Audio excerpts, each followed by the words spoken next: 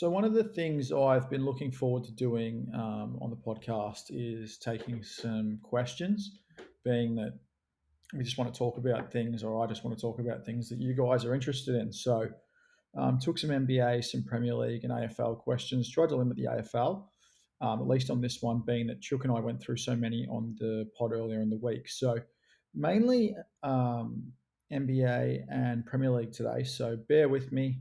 I'm pretty nervous. It's the first time I've recorded video as well as audio, and I'm flying solo. So anxiety at an all-time high. And you know, last week I didn't do the podcast, and those who saw my post on Instagram and those who know me in general know I'm pretty big on talking about mental health. And I was having a bad day, and I accepted that. Sometimes you can be pretty tired, and these are the things that fall by the wayside. Your hobbies and your interests can get cast aside when mental health takes a toll. But I knew it was okay to be open with myself that day, that I needed to just take a step back. I think you can work so hard sometimes. I've been pretty busy with certain things, or even just getting back to the swing of things after COVID, and you can find that, I don't know, you get to all of a sudden you're in a bad space, and that's what happened to me. It sort of came out of nowhere, and all of a sudden you find yourself in a headspace and thinking things on a daily basis or regularly that you never thought that you'd think. And um, normally I'm good. Well, at least recently I've been trying to change mentality around the low days I have with my bipolar. Um, like the depression or anxiety, I guess, how the labels, whatever they are. I've been trying to work on mentality exercises, and that's been helping me day to day, because I have my highs and my lows as part of what I go through. But the thing that I think that I've accepted over time, that I realized that I don't have to, is that while the bad days are inevitable, I can limit how many I have by how I operate on a day to day basis, how I react to things. I've gotten a bit slack with that lately. I'm a really emotional person, as anyone who knows me would know by now. And I think lately I'd let my emotions really take hold of, the control of how I do things, rather than take a step back before I react. I'm normally, an in the moment sort of reactor, and I've been doing my best to work on that. But yeah, the support that you get when you speak out about your mental health, I think, always surprises people. Like, I got a really lovely message from a close friend. She would know who she is. She does, there's no way she's listening to this, even though her husband was on the pod the other day. Um, and yeah, it's amazing. You can feel so alone at times, or isolated, or I think those thoughts and those moments drive you to a place that makes you feel like, no matter how full the room is, you feel like you're on your own. Um, but it's amazing what people can do when you are willing to talk about what you're going through. That's not for everyone, but some people just don't function like that. But for me, being really open about it helps. So I don't know, if people ever need to talk to someone different, or just talk about things that are going on. I know the posts I put on my Instagram in the past is where I tend to do that sort of stuff. Has resulted in people I never thought would message me about that sort of stuff, have talked to me about it, and I think it's a really healthy thing to do. And I'm hoping that me doing that sort of thing encourages others. That doesn't make me a hero or some sort of martyr. That's just that helps me. You know, it's not a selfless act. I do benefit from that, because I think me talking about it, that is one function to me being better with myself.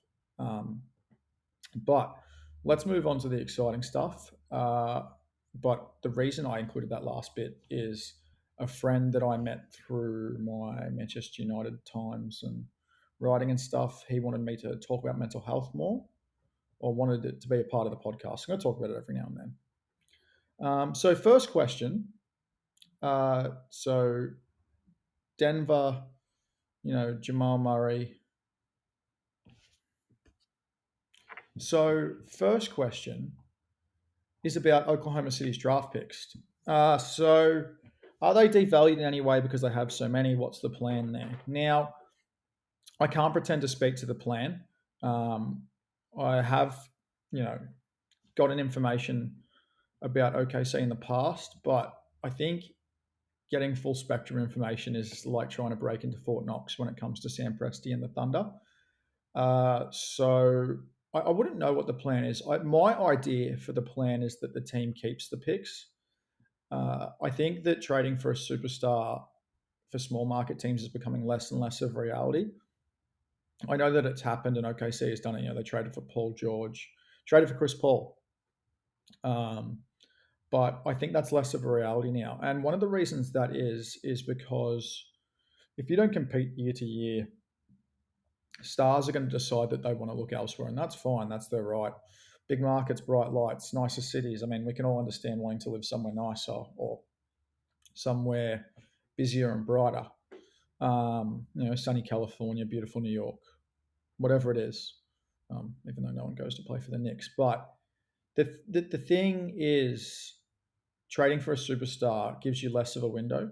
And for a small market team like OKC, and I feel like the reason I feel this way is because of the experience I've had with Sam Presti as a general manager. And that is that long term viability and flexibility is key. So if you can draft, and OKC has had great drafting luck, and not just luck, but they've picked well over the years high up in the draft. So Russell Westbrook, when he was drafted, was not a popular pick. James Harden wasn't a consensus pick. Kevin Durant was. I mean, he sort of fell to OKC at two because of Greg Oden and the bad luck that Greg Oden had certainly changed the perspective on KD's pick at the time. But if you can get someone at the top of the lottery, you effectively, if you can, if you have a 4-year rookie contract and then the rookie extension or the first extension out of their rookie deal is a 5-year deal with, there has been players who have taken the full 5 years. KD took the full 5 years initially with no player option. But nowadays, you tend to have the player option on the final year of that deal. You're at least getting, 7 years out of that player. Now, you can argue about the viability of having a player tied to a place he doesn't necessarily want to be or didn't choose to go, is probably the better word for it. But at the end of the day, I think that's a better plan for a team like OKC. And I think that you can build a bigger attachment. I guess that can sort of be the plan with SGA, but there's also maybe the pressure for OKC to build around him faster. So the first bit is, can they keep Houston's pick? Houston's pick, top 4 protected. They're in the bottom 3 for the draft. So there's a reasonable chance they're going to keep that pick. If they don't, OKC is going to have 2 picks in the lottery at the very minimum. Whether they're number 1 and 5, that's the ideal scenario. Or something else, I'm not sure. But that gives you 2 foundational pieces, at least one. OKC currently projected to pick number 5. You can run your simulations through Tankathon, but we won't know until the lottery. But they're currently in 5th. But I'm not, I guess, to answer the question originally posed, does having so many devalue them? I mean, they've got 34 picks in the next 7 drafts. So 17 first round picks, 17 second round picks. I don't think they can be devalued by having so many. I think that teams don't value picks the way that they used to. I think we develop players in the NBA better than we ever have. That's just evolution and learning. And OKC especially has great developmental coaches. You've seen what's happened with Lou Dort in the last year. And look at all the players on this year's roster. Just a bunch of scrappy guys who have been developed by Mark Daigneault, however you want to pronounce it or can pronounce it. But to come back again, I don't think they can be devalued by having so many. It just gives you leverage. So you look at trade deadline deals, for example. OKC acquired picks at the deadline, but the sort of picks they acquired are the sort of picks you can trade at the deadline when you want to make marginal moves or moves around your stars. It's either that or you load up on whoever becomes available. So a Bradley Beal is the obvious guy. I can't think of too many off the top of my head, to be honest. But say Jason Tatum gets sick of Boston. All of a sudden, you have the assets to go get him.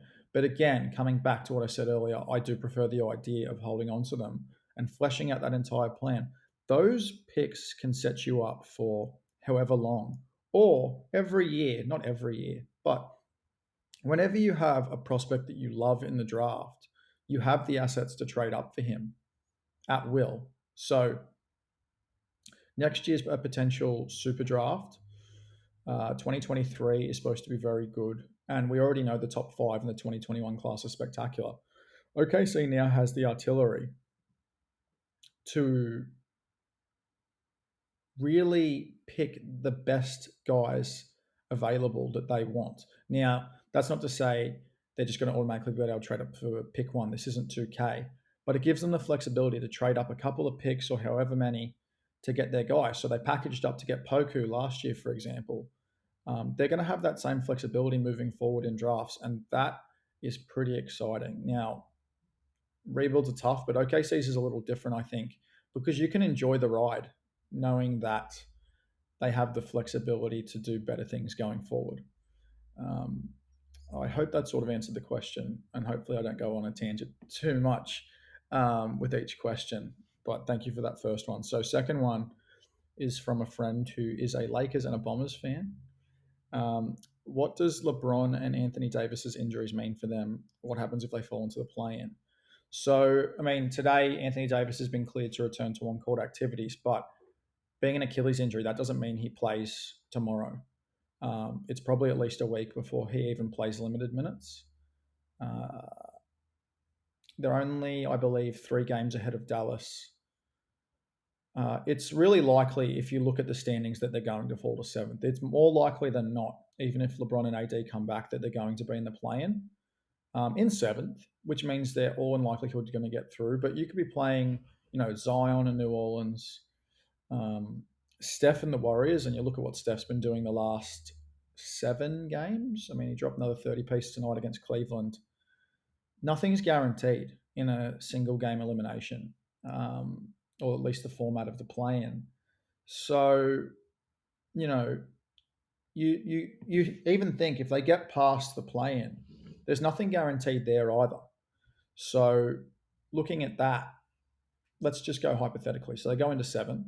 They play Phoenix in the first round. That's a Chris Paul team for probably 7 games. I mean, the Lakers, if they've got AD and LeBron playing without restrictions at that point, which again, no guarantee, that's at least a 7-game series, even if you back the Lakers in as favorites. Phoenix's style probably lends itself to playoff basketball. It might limit how much they improve in a playoff environment, but their slow pace suits the slowed down nature of the postseason. Second round, you get the Clippers, and the Clippers are really starting to find themselves. They might be the best team in the NBA at the moment, with Brooklyn's injuries, Philly sort of finding their feet after Joel Embiid, and Utah still in prove-it mode.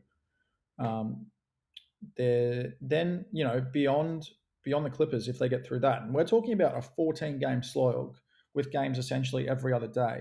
Then you've got the Jazz in the West Finals. The Jazz, or a team that streaks up from below. I mean, it's not Denver now, right? So Denver would slip a little bit and probably not make it to the West Finals without that Jamal Murray, Nikola Jokic 1-2 punch. It just damages that starting 5, which was so potent since Aaron Gordon came aboard. But it's effectively, and you think it's going to be Milwaukee, Philadelphia, or Brooklyn in the finals. That's LeBron's hardest playoff run ever. Like, it's not even a contest considering what he's faced in the East most of his career. And then the favorable run they had thanks to the upsets last year. It would be LeBron's greatest ever feat. And just making the finals would be a memorable feat. Like, he's had such a storied career. We wouldn't think of it that way. It would get lost amongst everything else. But to make the finals now would be an incredible achievement for the Lakers. It wouldn't feel like it because it's always championship or bust when you're that good. But yeah, wouldn't that be amazing? But to finish, I don't know if it's now too much to overcome. But again, when teams are that good and they have the experience of winning a title, sometimes it's just about being healthy and getting in. But with the play-in now, no guarantees. So what's next? Let's have a look. Moving on to football now. Starting with Manchester United. Let's talk transfers. What does the summer hold? Well, I think the first thing to point out is that we have not heard nearly as much transfer speculation that's credible out of Manchester United for this summer, and that really is a first. Like, we have those transfer sagas every year. It's normally one player that goes on and on and on. So, we had Paul Pogba way back when. We had Jadon Sancho last summer, Arturo Vidal, which I still feel the pain of. He was my favourite non-United player for a very long time. But it's obvious, right? So Manchester United need a goalkeeper. Well, actually, that's not true. Let me rephrase that.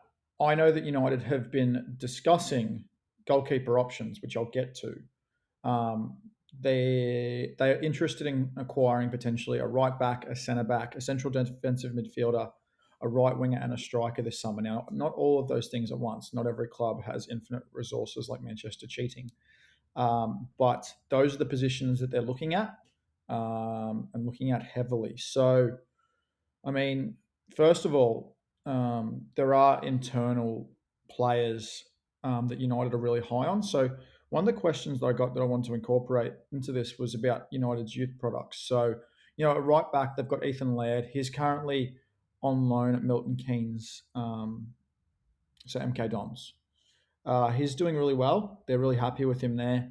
I'd expect him to go on loan again. He's probably not ready. So I would imagine United are going to look at another right back. It'll come down to cost, and I'm going to get into the financial stuff a little bit after or deeper into the question. But someone like Kieran Trippier will be on the agenda. He was something of real interest when he was at Tottenham. Very hard to deal with Daniel Levy, especially for English clubs. So um, I think that probably turned off United. He ended up moving to Atletico Madrid, where he is playing well. But they aren't flush for cash. They had FFP issues. Now, La Liga FFP issues. I don't know whether you know that La Liga have like their own ruling on financial fair play. So they actually had to move players around to be able to buy players last summer. Held up things like the Torreira deal from Arsenal. Teden Mengi, who's at Derby, I would expect him to spend another year out on loan before. I think that my guess is the plan is another year of loan before he comes in and really challenges for a first team spot. They're really high on him as a leader, as a future leader of the back four, or at least a partner for Harry Maguire. Mengi is really highly rated and has moved up the ranks at United really quickly and has really impressed Wayne Rooney and everyone at Derby County. Ethan Galbraith, so he's in the 23s. He was very close to getting some Europa League time. Now, United is flush with midfield options, but not central defensive midfield options. So you could see him incorporated next season with someone like James Garner more likely to spend another season on loan. So I think that would probably be it as far as midfield guys. Dylan Levitt's probably not progressing as quickly as some would have hoped. He's had not a tough season, but he's been challenged on loan certainly, and I just don't think he's anywhere near being ready for something more. So then we've got Charlie McNeil and Joe Hugel in the 18s. They're more future prospects, but two really exciting ones. McNeil was a goal machine that United signed from Manchester City of all clubs. He just scores goals for fun. So if he can keep progressing at the rate that he has in the last probably 2 years, it won't be too long before he's starting to appear in cup games or even just going straight to a loan. Joe Hugel, who was signed from Sunderland, another massively rated striker that they signed from Sunderland. I reckon that would probably be it for the youth team immediately. United did sign because of the changes thanks to Brexit, they did sign, I think it was close to a dozen really highly rated youth prospects from around Europe, from Atletico Madrid, Real Madrid, um, the France under 18s captain, Willy Kwambala. There is a lot of promise in the United youth ranks, probably as much as there's been in a long time. They put a real focus into it. And I think Brexit, as much as anything, actually accelerated that because of the changes in signing players under 18 and just the difficulties that'll be surrounding visas moving forward. Um, Now, as far as targets go, Jaden Sancho obviously still on the agenda. But I think what was made clear last summer and what's been made pretty clear to me in the conversations I've had is that Jaden Sancho is definitely still on United's radar, but is not the out and out number one target. Um, I think, Erling Haaland is probably firmed up as that. But with Sancho, United would probably only come back to that at a fee below the 120 million euro tag last summer. Something significantly lower would bring them back to the table. Now, the problem with that links back to Haaland. So, Haaland, very likely to go this summer, 180 million euro price tag. Uh, Mina Raiola, who is one of our questions for later, has put a wage price on him of now, it would be around about 600,000 euros a week before tax. No, after tax. After tax. Effectively making him the first, the first million a week footballer. Now, there's a lot of conjecture around that, and that doesn't even include the massive commission that comes with signing Haaland because he's represented by Raiola. So, I find it hard to believe Haaland is going to get to United. I know even City are reluctant, at least publicly, because it would break their wage structure. Now, I don't entirely buy that. I think that's actually a precursor to him not joining because of the relationship between Raiola and Guardiola, which traces back to Zlatan. If you haven't seen that, you should look it up. In a recent interview, Raiola actually said he fucking hates Guardiola, but he deals with him. And that's part of the business. Something, again, we'll come back to with the specific Raiola question that I've got here. What else? So Kylian Mbappe would not explain. I would say that is less than 2% chance of happening. His heart is set on Real Madrid. As far as England goes, his preference has actually always been Liverpool.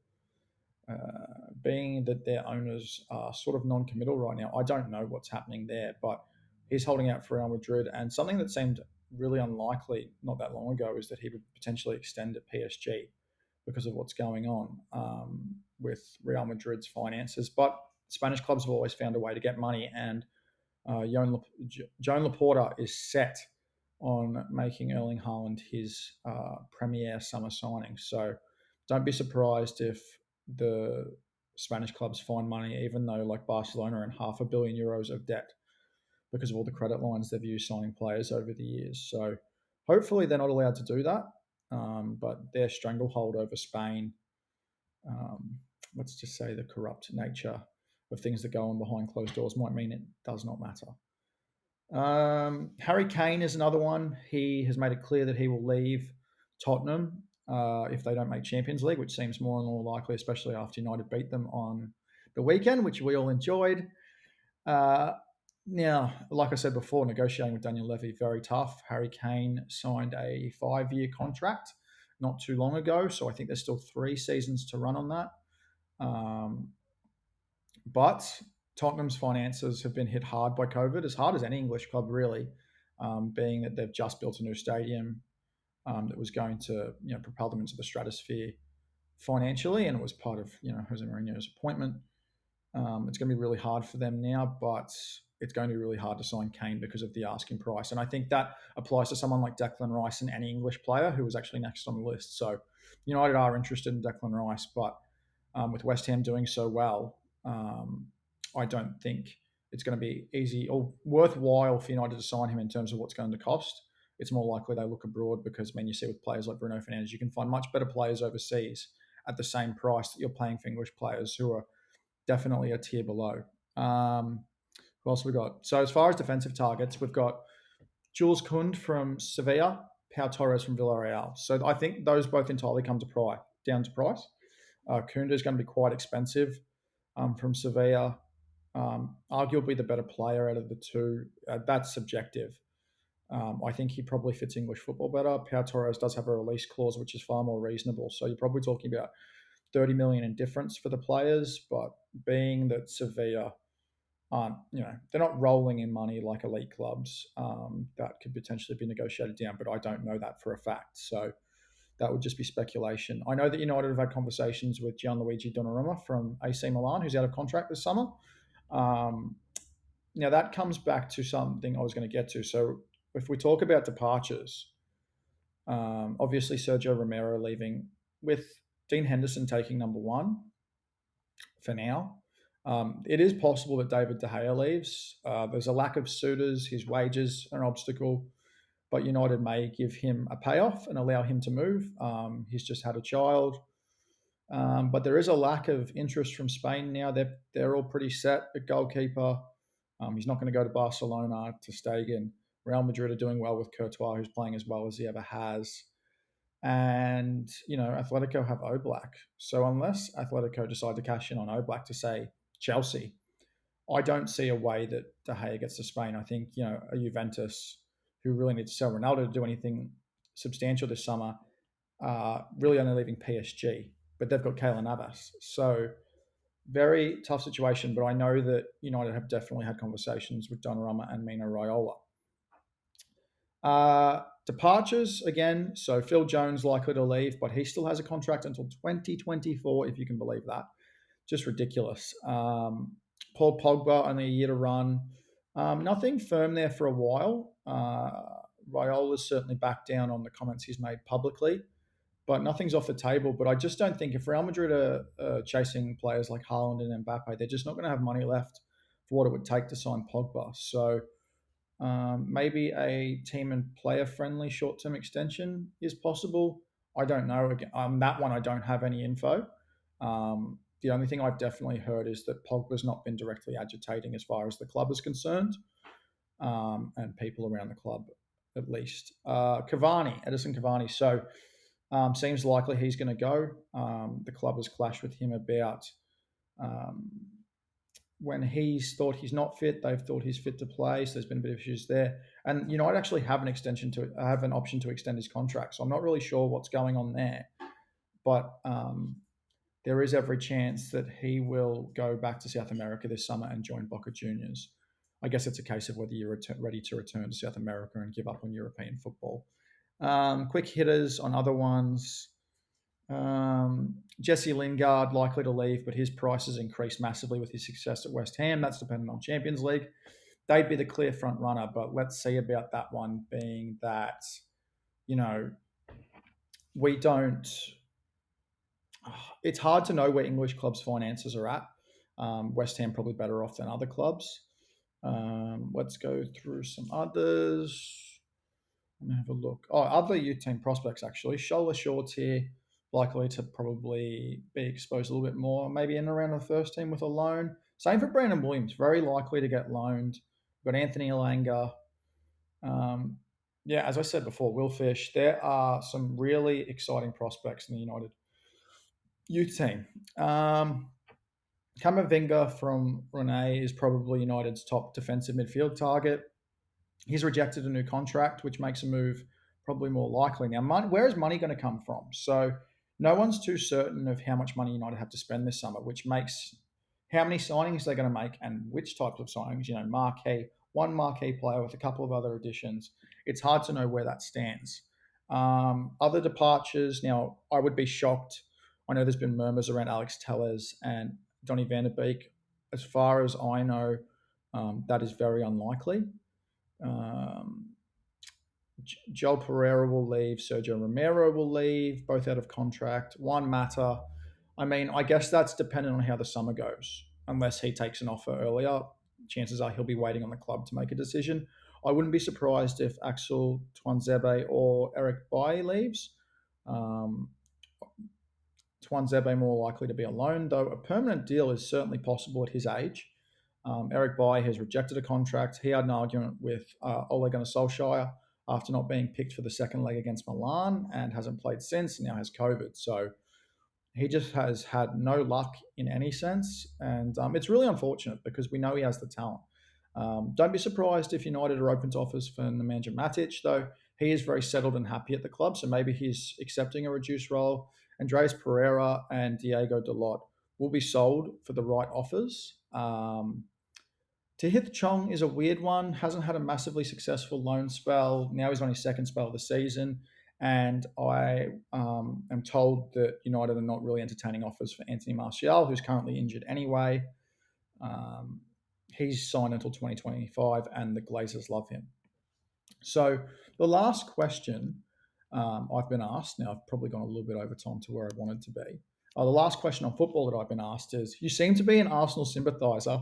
Do you like Mikel Arteta and what should they do? I really like Arteta. I think he's a really good manager, a really good tactician. We've seen that with how they outplayed big teams last season and out game planned them with lesser talent. I think he's shown all the signs of being a great coach, so I think they need to persist with him. It's more that the squad's a mess. If you look at that squad, it's not even like you can't even claim it's a collection of good players that doesn't meld well together.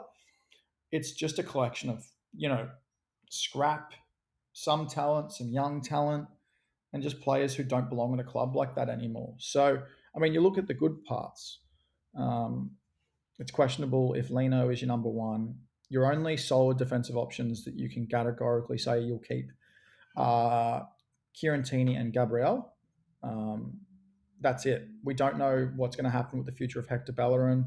It wouldn't surprise me if they used him to raise funds. They have a great young core through midfield and attack. Saka, Smith Rowe, Pepe, Martinelli, Nelson. If they can keep Odegaard, that would be massive. Then they've got Partey, who I think the best football is still yet to come from. I actually like Granit Xhaka um, in the role that he belongs. So if he's the best midfielder in your team, you have a problem. If he's able to just perform what he's best at, it's a different case. And then you still have Laka, Orba, you got William Saliba on loan, who was a lot of question marks around, but the talent is undeniable. Ashley Maitland-Niles, Joe Willock. I think there's pieces there, but they just need time. They don't have the finances, and they probably have the worst owners in England outside of Mike Ashley. So um, that's actually a case where you can argue that a manager needs summers and transfer windows to get things right, whereas some managers can operate a lot quicker. Arsenal are a long-term project. Hopefully, they can find their way up the table. You never know that they could win the Europa League. They've been really good in that. We've seen their last couple of games. They've actually played some really good football against Prague this morning and on the weekend against Sheffield United. If they can put together a nice performance against Fulham, as Slats requested, we'll have some praise for them on Liquid Football next week. So the last question I was asked was about my current thought process as a Carlton fan, which was interesting. I think we're in prove it mode now. So, you can beat Fremantle, you can beat Gold Coast. But it's time to win the games that Carlton aren't expected to win. Now, they almost beat Port Adelaide last year. We all know about the Robbie Gray after the siren shot. Just had like a flashback, like PTSD on that moment. The Jack Noons one will never fully take that away, even though the Jack Noons one was better. But fans have waited. We believe in the list that's been built. We've been patient with that. I'm happy with the style of play. Now we have to be shown that the next step can be taken. And I think for players like Harry Mackay and Patrick Cripps, you have to show them as well. Those contracts don't seem far away, and every indication seems the same. But we don't know that for sure. So as far as the football goes, it's prove it time for Carlton. I've been a Carlton optimist and defender. I'm very defensive of the long-term approach that they've taken, but now it's time to see it. So I'm going to be at the G tomorrow, so let's find out, Blue Baggers. Let's see what we can make happen.